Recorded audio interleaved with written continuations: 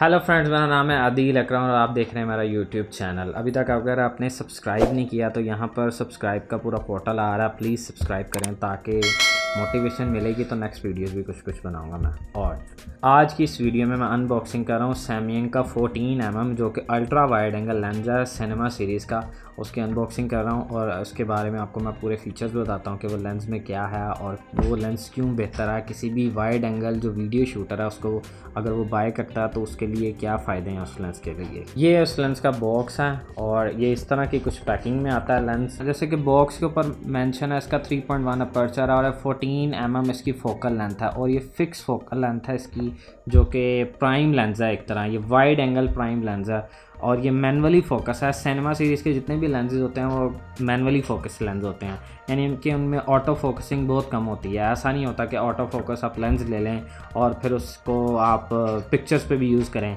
अगर आप इसको फोटोग्राफी पे यूज़ करेंगे तो आपको मैनुअल ही यूज़ करना पड़ेगा इसका फोकस और अपर्चर। बॉक्स के अंदर एक thank you for purchasing Samsung, thank you. ये इसका यूज़र मैनुअल है इस लेंस के साथ। ये है लेंस फ्रेंड्स जो कि 14mm फिक्स फोकल लेंथ और बाकी खाली है। और ये lens 14mm fix focal length का लेंस है जो कि f3.1 है।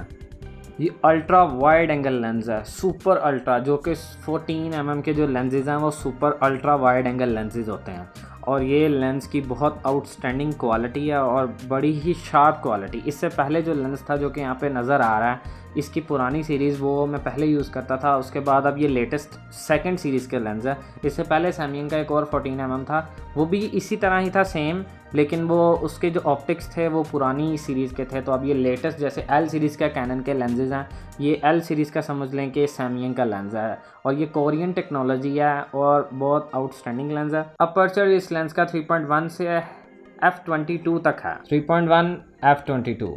और ये वाला जो रिंग है, ये वाला रिंग इसका फोकसिंग का रिंग है जो कि मैनुअली फोकसिंग करने के लिए है। ये लेंस टोटली मैनुअल है, इसमें कोई ऑटो फोकसिंग वाला कोई सीन नहीं है, यानी कि अगर आपका कैमरा ऑटो फोकस है या कुछ भी है वीडियो पे पिक्चर्स पे तो ये मैनुअली ही बनाएगा उसको। आप सिर्फ क्लिक करोगे तो वो फ़ोटो बना देगा, कोई फोकसिंग नहीं करेगा। इसलिए लेंस की प्राइस काफ़ी कम है। अप्रोक्सीमेटली इसकी प्राइस जो पाकिस्तानी है वो पाकिस्तानी रुपीज़ में 55 to 60,000 है। अगर आप कैनन के वाइड एंगल लेंसेज में जाओगे तो वो बहुत ज़्यादा महंगे हैं एज़ कम्पेयर टू ये वाले लेंसेज, लेकिन ये बहुत बेस्ट है। अगर आपने वीडियो बनानी है तो ये बहुत बेस्ट लेंस है उस वीडियो कवरेज के हिसाब से। और ये फुल फ्रेम सीरीज़ का लेंस है, क्रॉप फ्रेम पे भी फिट हो जाता है और इसकी जो वाइड है कितना डिस्टेंस देता है वाइड एंगल पे, ये अप्रोक्सीमेटली 115 डिग्री तक का वाइड एंगल व्यू देता है। जैसे कि अगर वो 180 डिग्री टोटली वाइड होता है फुल, लेकिन ये उससे थोड़ा सा कम वाइड देता है। और अगर आप क्रॉप फ्रेम पे यूज़ करेंगे तो 93 डिग्री तक वाइड देगा ये अप्रोक्सीमेटली। माइक्रो जो है इस लेंस का वो अप्रोक्सीमेटली 28 सेंटीमीटर तक है कि 28 सेंटीमीटर के करीब कोई भी सब्जेक्ट होगा ये उसको फोकसिंग कर लेगा। और ये EF माउंट है पीछे से बैक साइड से जो कि कैनन के साथ फिट होता है।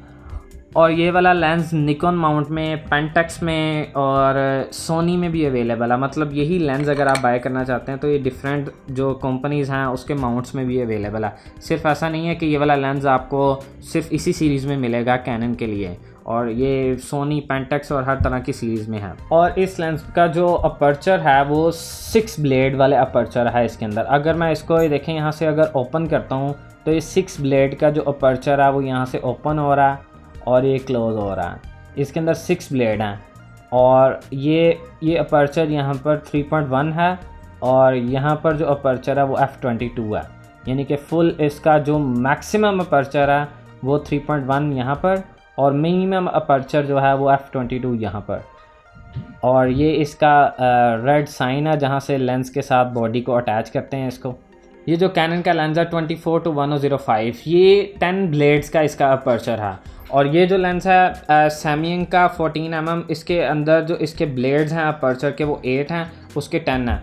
और ये इतना बड़ा डिफरेंस नहीं होता है कि आप अपर्चर के कितने ब्लेड्स हैं। असल में जो ये लेंस है ये लेटेस्ट सीरीज़ का लेंस है जो कि अब सबसे लेटेस्ट लॉन्च हुआ है, और ये थोड़ा सा पुरानी सीरीज़ का लेंस है, लेकिन ये बहुत बेस्ट है इतने कम पैसों में। अगर आप कैनन के वाइड एंगल लेंसेज में जाएंगे तो वो बहुत ज़्यादा महंगे हैं, और वीडियो के लिए बिल्कुल बेस्ट लेंस है, A1 लेंस है। इसकी जो कोटिंग है, ग्लास के ऊपर जो कोटिंग की गई है, पुराने लेंस और इस वाले लेंस में ये फ़र्क है कि इसकी कोटिंग जो है लेंस फ्लेयर को कवर करने के लिए की गई है।